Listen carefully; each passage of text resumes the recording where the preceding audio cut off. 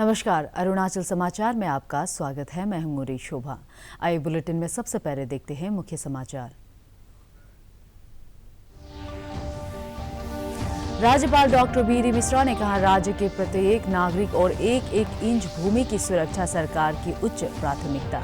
राजभवन में सुरक्षा पर उच्च स्तरीय बैठक में मुख्यमंत्री पेमा खांडू, राज्य पुलिस, सेना और आईटीबीपी के वरिष्ठ अधिकारी रहे मौजूद। शक्तियों के विकेंद्रीकरण के माध्यम से विकास को गति देने के लिए राज्य मंत्रिमंडल के कई सदस्यों को सौंपे गए अतिरिक्त प्रभार। 22 विधायकों को बनाया गया विभिन्न मंत्रियों का सलाहकार।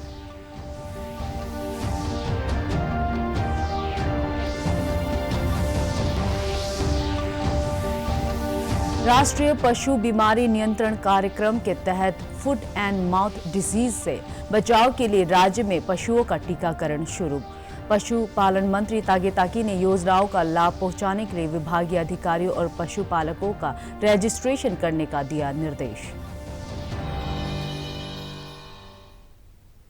राज्यपाल डॉक्टर बी.डी. मिश्रा ने कहा है कि अरुणाचल प्रदेश के प्रत्येक नागरिक और एक एक इंच भूमि की सुरक्षा राज्य सरकार की सर्वोच्च प्राथमिकता है। कल राजभवन में सुरक्षा पर उच्च स्तरीय बैठक की अध्यक्षता करते हुए राज्यपाल ने प्रदेश के लोगों के बीच सुरक्षा की भावना पैदा करने पर ध्यान देने को कहा। श्री मिश्रा ने सैन्य बलों और राज्य पुलिस के बीच बेहतर समन्वय और सीमा सुरक्षा में लगे क्षेत्रीय अधिकारियों के बीच सूचना के आदान प्रदान के लिए नियमित बैठक का सुझाव दिया। राज्यपाल ने सुरक्षा और रक्षा अधिकारियों से प्रदेश के कुछ हिस्सों में उग्रवाद की समस्या से निपटने के लिए प्रभावी रणनीति बनाने को कहा। उन्होंने कोविड-19 महामारी पर नियंत्रण के लिए स्थानीय लोगों को मास्क पहनने, हाथों को सैनिटाइज करने और सोशल डिस्टेंसिंग के दिशा निर्देशों के बारे में जागरूक करने का आह्वान किया। राज्यपाल ने अधिकारियों से आत्मनिर्भर भारत कार्यक्रम के तहत स्थानीय युवाओं को प्रोत्साहित कर उन्हें उद्यमिता और कौशल विकास के लिए प्रशिक्षित करने का सुझाव दिया। बैठक के दौरान मुख्यमंत्री पेमा खांडू ने कहा कि राज्य सरकार लोगों और उनकी आजीविका की सुरक्षा को प्राथमिकता देते हुए आवश्यक कदम उठा रही है। बैठक के दौरान सेना की 3री कोर दीमापुर के general officer commanding lieutenant general RP. Kalita और राज्य के पुलिस महानिदेशक आर.पी. उपाध्याय ने तिराप, लोंगडिंग और चांगलांग जिलों में कानून एवं व्यवस्था की स्थिति और armed forces special power act के बारे में जानकारी दी। बैठक में राज्यपाल के आयुक्त Sagar Preet Hooda, IGP intelligence HGS Dhaliwal, IGP law and order Chuku Apa और भारत तिब्बत सीमा पुलिस आईटीबीपी के पूर्वोत्तर सीमांत मुख्यालय के आईजी संजीव रैना भी मौजूद थे।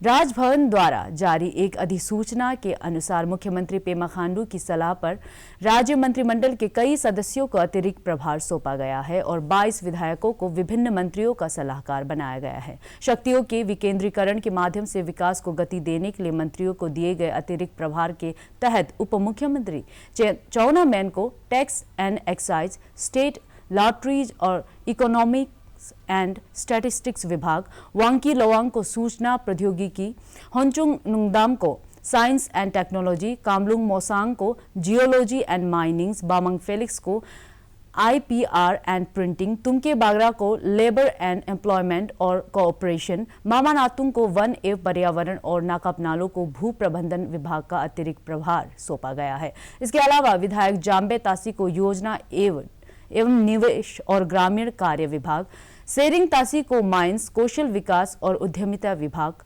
फुरपा सिरिंग को पीडब्ल्यूडी के north west zone, western zone और सेंट्रल जोन ए का सलाहकार बनाया गया है, जबकि विधायक कुमसी सिडिसो को वन एवं पर्यावरण, गोरुक पोर्दुंग को स्वास्थ्य और परिवार कल्याण, तानाहाली तारा को पशुपालन, मत्स्य पालन और दुग्ध विकास, बालो राजा को विद्युत और जल विद्युत विकास, लोकम तासार को PHED और जल आपूर्ति, तानिया सोकी को नागरिक आपूर्ति, रोदे बुई को उद्यम हस्तशिल्प और वस्त्रालय, न्यामर कारबा को गृह, टैक्स एंड एक्साइज, विधायक केंतो जीनी को law and justice, Kento Reena को शिक्षा, कालिंग बोयंग को शहरी विकास, नगर योजना और ट्रांसपोर्ट, गुम तायंग को ग्रामीण विकास और पंचायती राज, दासांगलू पुल को समाज कल्याण, महिला एवं बाल विकास और जनजातीय मामले विभाग का सलाहकार बनाया गया है।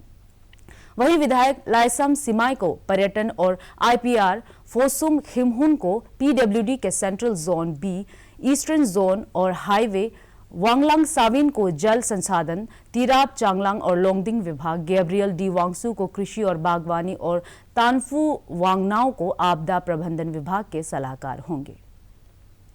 पशुपालन, पशु चिकित्सा और दुग्ध विकास मंत्री तागे ताकी ने विभागीय अधिकारियों को पशुपालकों का रजिस्ट्रेशन करने का निर्देश दिया है ताकि उन्हें सरकार की विभिन्न योजनाओं का लाभ मिल सके।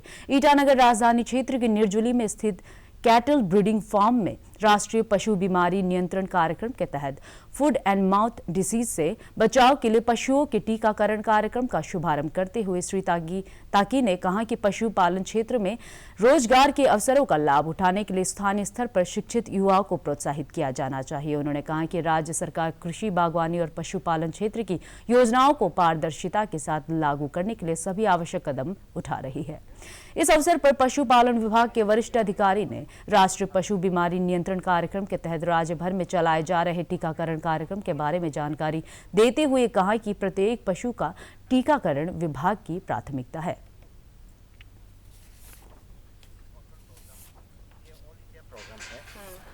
तो ये तो हम लोग का एकदम माइक्रो लेवल तक का हम लोग का ऑर्गेनाइजेशन सेटअप पड़ा हुआ है। जैसा अब स्टेट लेवल में डायरेक्टर है, डिस्ट्रिक्ट लेवल में डीबीओ है, देन बीओ है, उसके बाद बीओ का बाद में सब डिविजनल ऑफिसर्स है, then field officer. Every block में देयर आर फील्ड ऑफिसर्स। और जो हम लोग का एनिमल का जितना एक्टिविटीज है फार्मर्स लोग का, फील्ड ऑफिसर्स ही उसको कंट्रोल करते हैं। गवर्नमेंट ऑफ इंडिया को टाई अप करके जो इन लोग का एक्सपेरेशंस है, जो प्लानिंग है, जो प्रोग्रामिंग है, एनुअली जो हम लोग सेटअप करता है, उसको गवर्नमेंट ऑफ इंडिया से एंड स्टेट से एज ए होल अपना अपना डिपार्टमेंट के लिए किस हिसाब से निकलने, वही हम लोग का काम है।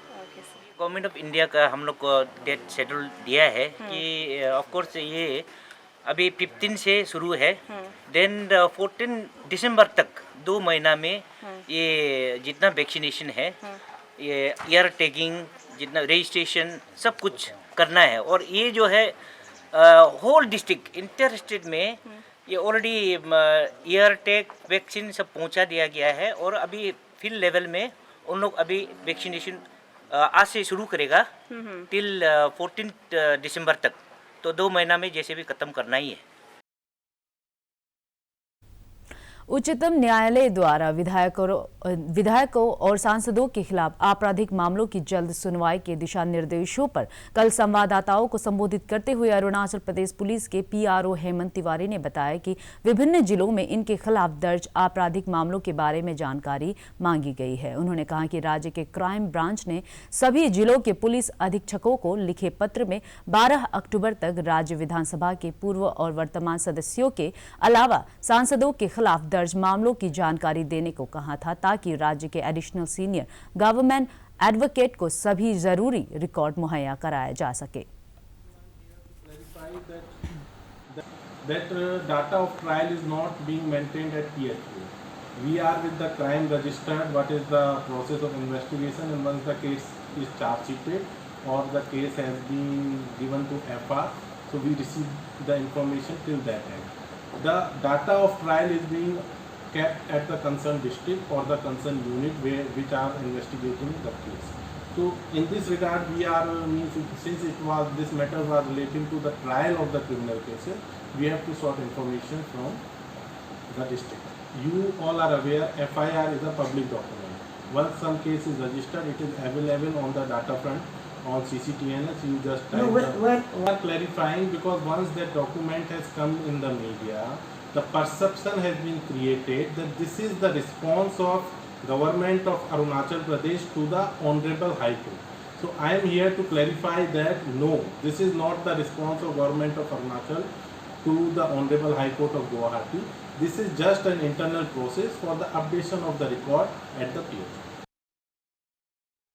के गृह मंत्री बामंग फेलिक्स ने ईटानगर राजधानी क्षेत्र के वरिष्ठ अधिकारियों और राजमार्ग विभाग के अभियंताओं के साथ चंद्रनगर से पप्पू नाला तक राष्ट्रीय राजमार्ग संख्या 415 को 4 लेन में बदलने के कार्य की प्रगति का जायजा लिया। उन्होंने कहा कि मुख्यमंत्री ने इस परियोजना को समय से पूरा करने के लिए सभी आवश्यक कदम उठाने का निर्देश दिया है और इसी के तहत परियोजना को लेकर कानून व्यवस्था सहित अन्य समस्याओं को प्राथमिकता से दूर किया जा रहा है। श्री फेलिक्स ने कहा कि राजमार्ग विभाग के अभियंताओं और परियोजना एजेंसी ने त्वरित गति से सड़क निर्माण के कार्य को पूरा करने का भरोसा दिलाया है।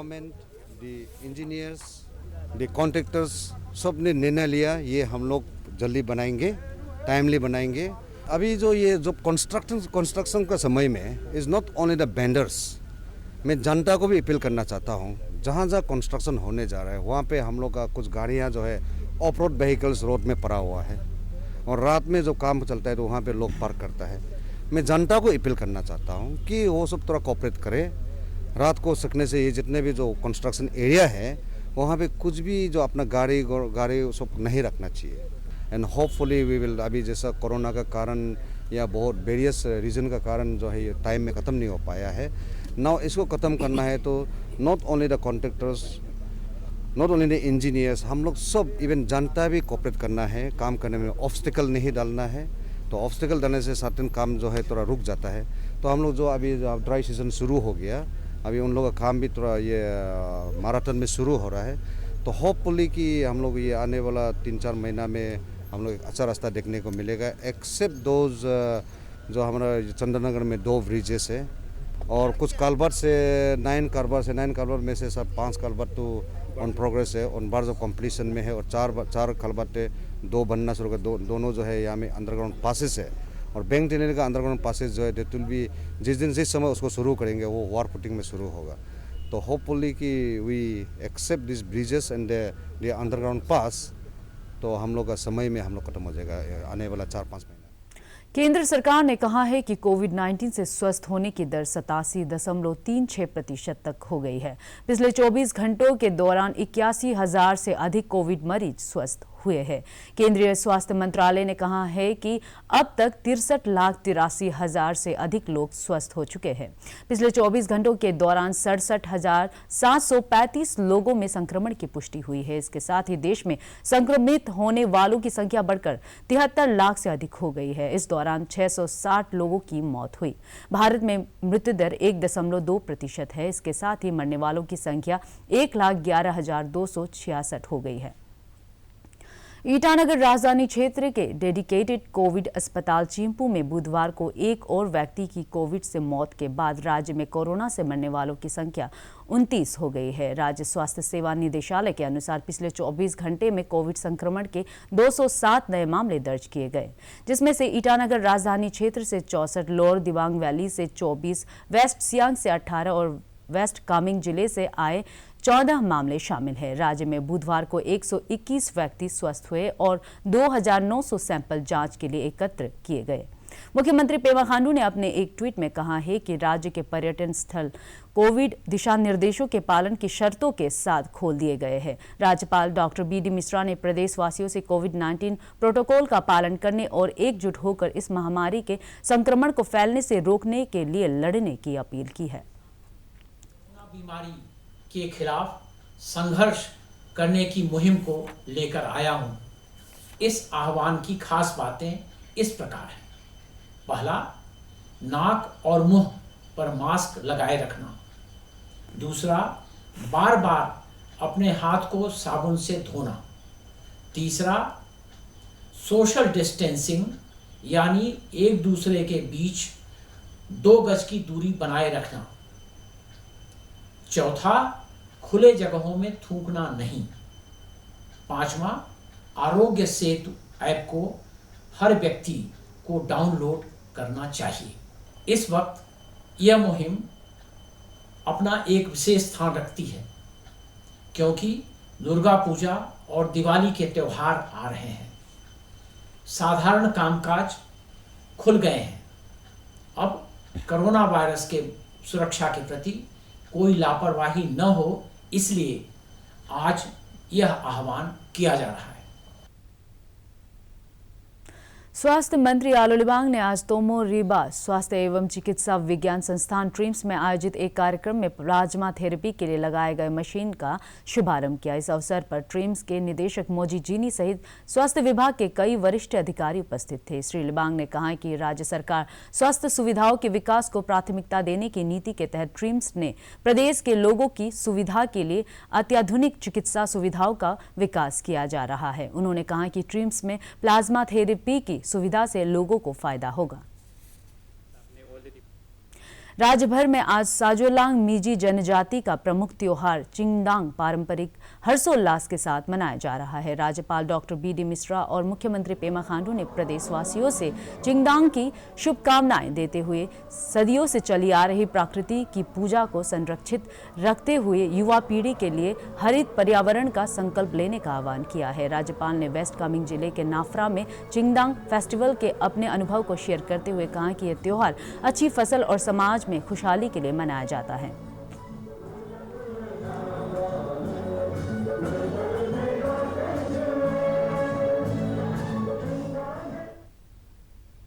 अरुणाचल समाचार के आज के अंक में इतना ही। जाने से पहले आप सभी से अनुरोध है कि कोविड-19 के दिशा निर्देशों का पालन करें, हमेशा मास्क लगाए, बार बार हाथ धोए और सोशल डिस्टेंसिंग के नियमों को मानें। हम कल फिर हाजिर होंगे अरुणाचल और देश दुनिया की खबरों के साथ। आप देखते रहिए अरुण प्रभा। नमस्कार।